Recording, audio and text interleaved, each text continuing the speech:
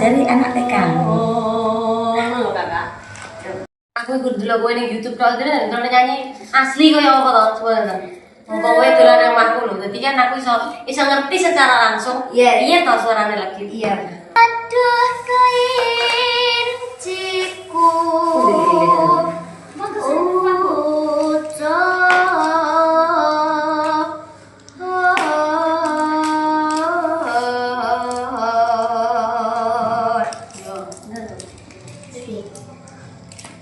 Terus gimana soalnya?